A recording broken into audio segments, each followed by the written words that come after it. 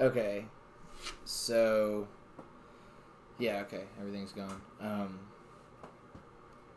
I watched a thing with Andrew Wilson today, and he's one of the dudes that frequents the Whatever podcast. He's actually got me interested in the Orthodox branch of Christianity. It's very, very interesting. I'm currently reading about the schism. Got a study Bible and everything. Quite excited. Actually, you know what the funny thing is despite his snippets, and that's what I'm going to do here, despite his snippets, he's actually a fairly, like, down-to-earth, just kind of like, yeah, like, just kind of like, yeah, guy. Like, he's just, like, a guy. And, at least how he seems. Like, when he's not screaming at weirdos, or, you know, debating them loudly, he's fairly like kind of tame character, you know. So I want to what I did was I looked up Andrew Wilson top moments. Let's see what the algorithm has to offer. Hey dog, can you lay down for me? I guarantee you everybody's hearing that.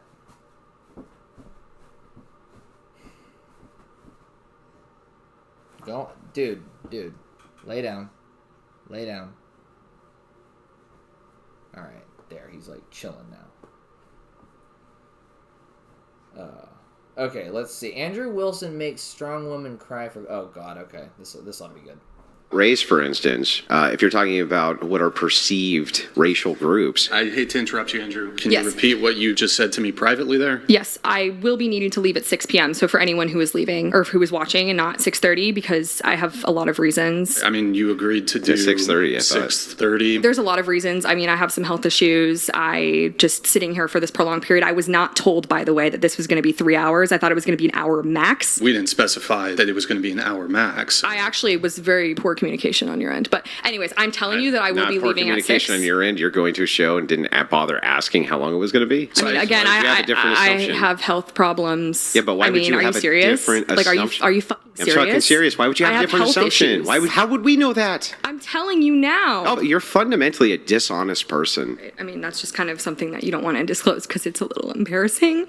Are you quiet? Strong woman? I thought you were a strong woman. I hope you guys have a really good day. I'm leaving. Hold on. No, you're going to cry. Hold on. I thought you were a strong woman. All right. I did not go how I thought. I thought they were gonna debate about something. Yeah, I thought they were gonna fucking argue about something. The lie detector determined that was a lie. What the fuck? I don't even have commentary for that. I'm just looking at that looks like poor planning on everybody's part. So, big ups to Andrew for not putting up with any perceived bullshit. That's all I can fucking say. That's that it was just funny to me. That was funny to me.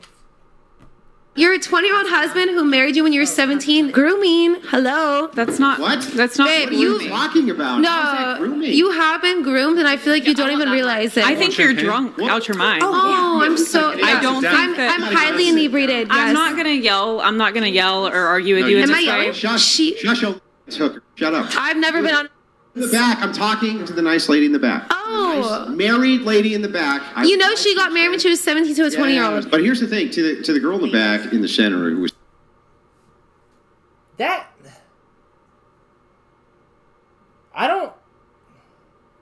That's a 3-year age gap. So, I mean, let's put it this way. That's equivalent to a 21-year-old dating an 18-year-old. Yeah, good luck drinking together. Like, that's really all I can say. Like, I just, like, that just... All right, hold on. Talking. I had a couple of questions. You and your husband, you got married at 18, you're 19 years old, yeah? Yes. Did you guys have a nice honeymoon? No, we're like kind of unconventional. We got eloped like 3 days after getting engaged. We haven't done a honeymoon yet just because we're saving up for that later in the future. Like our priority is having kids and buying a house. Are you religious? I am. I'm Christian. Well, I want to show this chick what privilege actually looks like. So the Crucible is going to send you $3,000 so that you and your husband can go on a honeymoon. And you can go... only crime was that she's happily married and you can't fucking stand it.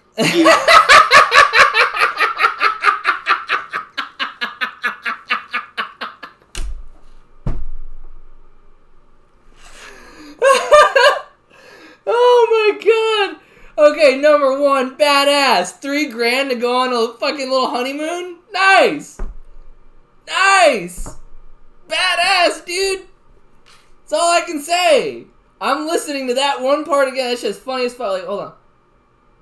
Wait. Priority is having kids and buying a house. Are you religious? I am. I'm Christian. Well, I want to show this chick what privilege actually looks like. So the Crucible is going to send you $3,000 so that you and your husband can go on a honeymoon. And you can go scumbag. Her only crime was that she's happily married and you can't fucking stand it. You. You're a 20-year-old husband who... He can't fucking stand it. Fuck you. Okay! When you say healthy, men don't deal with these things in a healthy way.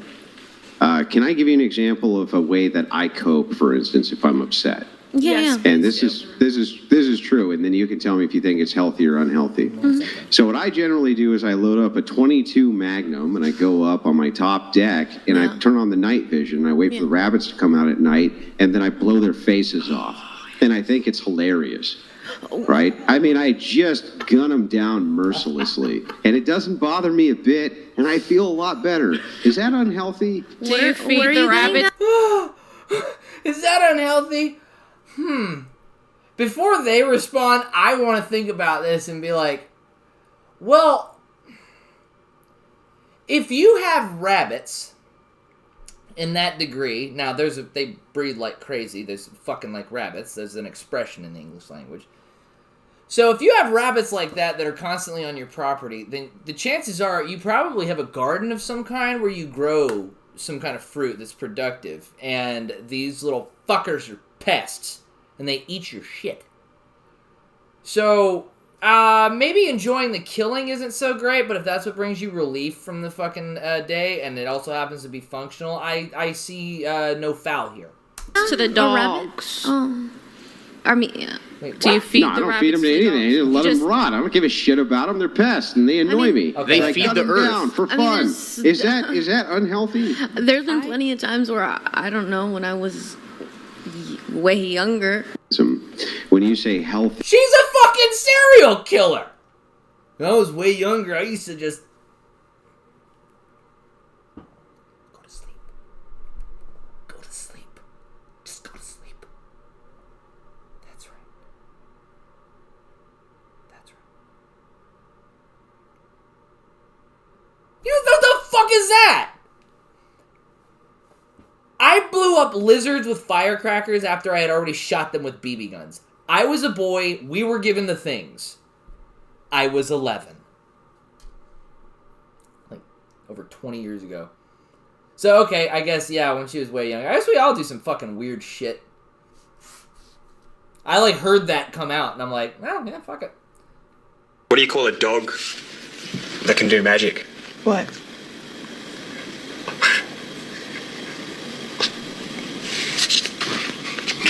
A labracadabrador? Fuck you. Fuck you. Not a dog fan? Not a bad joke, fan. Nice. Good comeback. All right, this was about Andrew Wilson. I'm just like, what the fuck? Like, okay. Anyway. So, yeah, my big awakening moment, I remember, was he was talking, I was partying all the time when I was 18, 19. I remember he sat me down and he was like, listen, I would give anything to be in your normal body. I would give anything on earth to be in your normal body, and you're destroying it for nothing. Wow. Like, for what? Mm-hmm. That was my kind of like, oh shit. Yeah. Maybe I should start taking things a little bit more serious. You know what I mean? What year was this when he told you this, roughly? Well, let's see. I was, maybe 19. So, 21 years ago, roughly. Holy shit. That is dark, bro. Yeah. Big awakening. Yeah. What'd you do after that conversation? What was the first step that you made? Well, the first thing I did was I put my nose to the grindstone, started working, and I really wanted to make a good life for myself and have a family. So, yeah, my big awakening moment. I'd like to see what the context for that was. Yeah, that was like more of a deep. That wasn't like a crash out or anything. That was like a deep moment. Like, damn, dude. Yeah, okay, whatever wakes you up from like, your, like for your sin, like whatever wakes you up from that and kind of makes you start aiming upward rather than like not aiming at all. Seriously, I admire. That's awesome. It's badass that he can say he had that moment when he was like 18 or 19. I had mine when I was like 26. It was like 25, 26. Fucking A, man. Quarter century. Just, like, aimless, man. Yeah, dude. It's badass to be able to, like... If you're, I realize that viewers here could be any... I don't even know, man. Like, the younger you are, the more you ought to take from that. Straighten out, man. You can't sit on your shows and say, this guy's a fascist, he's an authoritarian, he's a dictator, he's a threat to democracy, and then give us nothing. That's just a misrepresentation of our position. You say that we give you nothing. We're giving you specific things that he did. You made this claim that Trump has done bad things to the media. He wants to pull their license. He wants to take something away from them. He's threatened to do those things. Where has he done them? So do you think that it's acceptable unless he follows through on it? Yeah, I think that hyperbole is fine. I think that presidents use hyperbole all the time. I think that liberals use hyperbole. So, for instance, when you say Trump's a fascist, I think that's hyperbole. Would you? Because I don't think you actually think he's a fascist. I think that you just think fascism means authoritarianism. You don't even know what the is. You don't care about it. Hang on. So I think you're actually using hyperbole when you're talking about fascism in general. So when Trump uses hyperbole, Trump bad. When you're speaking this way, that's fine. You can't sit on your shows.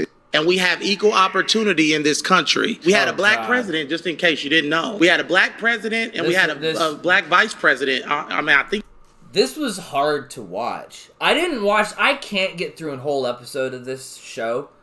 But, like, usually it's one conservative and they got, like, a bunch of people that disagree and it's them just kind of, like, neoing arguments and then maybe get, taking an arrow and, oh, shit, he's right about that. Fuck. But, like, this was hard to watch because this woman just got beat the fuck up verbally by, like, 20 people. It was rough, man. And now, don't get me wrong, when you espouse certain positions, I think you fucking deserve to get beat the fuck up verbally. But damn! Damn! Oh god, Tommy Lauren versus Andrew. Tommy Lauren is so hard to watch. Alright. Woo! Let's do it. The idea of courtly love is supposed to be done for women of great virtue. Where are they? Well, they're nowhere. And so in modernity and society, when female conservative influencers say this, it's actually a form of covert feminism. They're saying, I want privilege in society, right? But what is it women are giving to men to get it? What? What are they giving them? Tell me. Well, can I please chime in here? Yes, you can. And then James can, and I'll come to you, Sean. No, I would love to. I love this whole thing of like, if you're a female conservative and you don't believe that men should be douchebags, that all of a sudden you're a covert feminist. Call me a feminist. I really don't give one crap one way or another, but I can tell you this. A lot of these men, these podcast hosts on the right that like to think of themselves as these big masculine men, and what am I getting out of it? I can tell you this. There's that feminism. All right, I believe I'm a woman of virtue, right? Yeah, there's the feminism. Oh, and then you're interrupting me too, Didn't which is great. I let you talk. It's my turn. Okay. Yeah. Oh, I'm sorry. Did you want to speak over me? Yeah, I don't care if you call me. I don't really care if you call me a strong, feminist. independent woman. Yeah. You're actually interrupting me. I didn't interrupt you when you were spewing your bullshit. So now the idea of courtly love is supposed to be done for women of great virtue. I just don't like Tommy Lauren. I just don't fucking like Tommy Lauren. I just wanted to know, where are you from? Texas. From America, right? I've seen this video and I didn't get it because she seemed like she was high. She just seemed like she was high, and then I was like, "How you doing, man? Hey, my name's Trevor. I'm with the Bail Bond Company. I need to." Okay, so is that all I got? That's all I got. All right, I'll find some more. I'll get some whatever stuff, some whatever clips. That shit is hard to watch, dude. It's hard to watch. I have a degree in psychology and philosophy. Like, I did a double major, and in philosophy, you learn how to parse out language. And so I see, like, I'll see somebody with an argument style like Andrew Wilson, and it'll just be like logic math. I forgot what it was called. It's just it's formal logic. Yeah, it's just fucking formal logic, and it's like, oh shit, hell, like okay, hell yeah, like okay, I'm on board. I get that, and then I see this person, and they don't know what this means, so they just go ah, and it just I'm like, what the fuck, like. Anyway, yeah, we'll do some whatever next. Maybe next it'll be silliness. We'll see.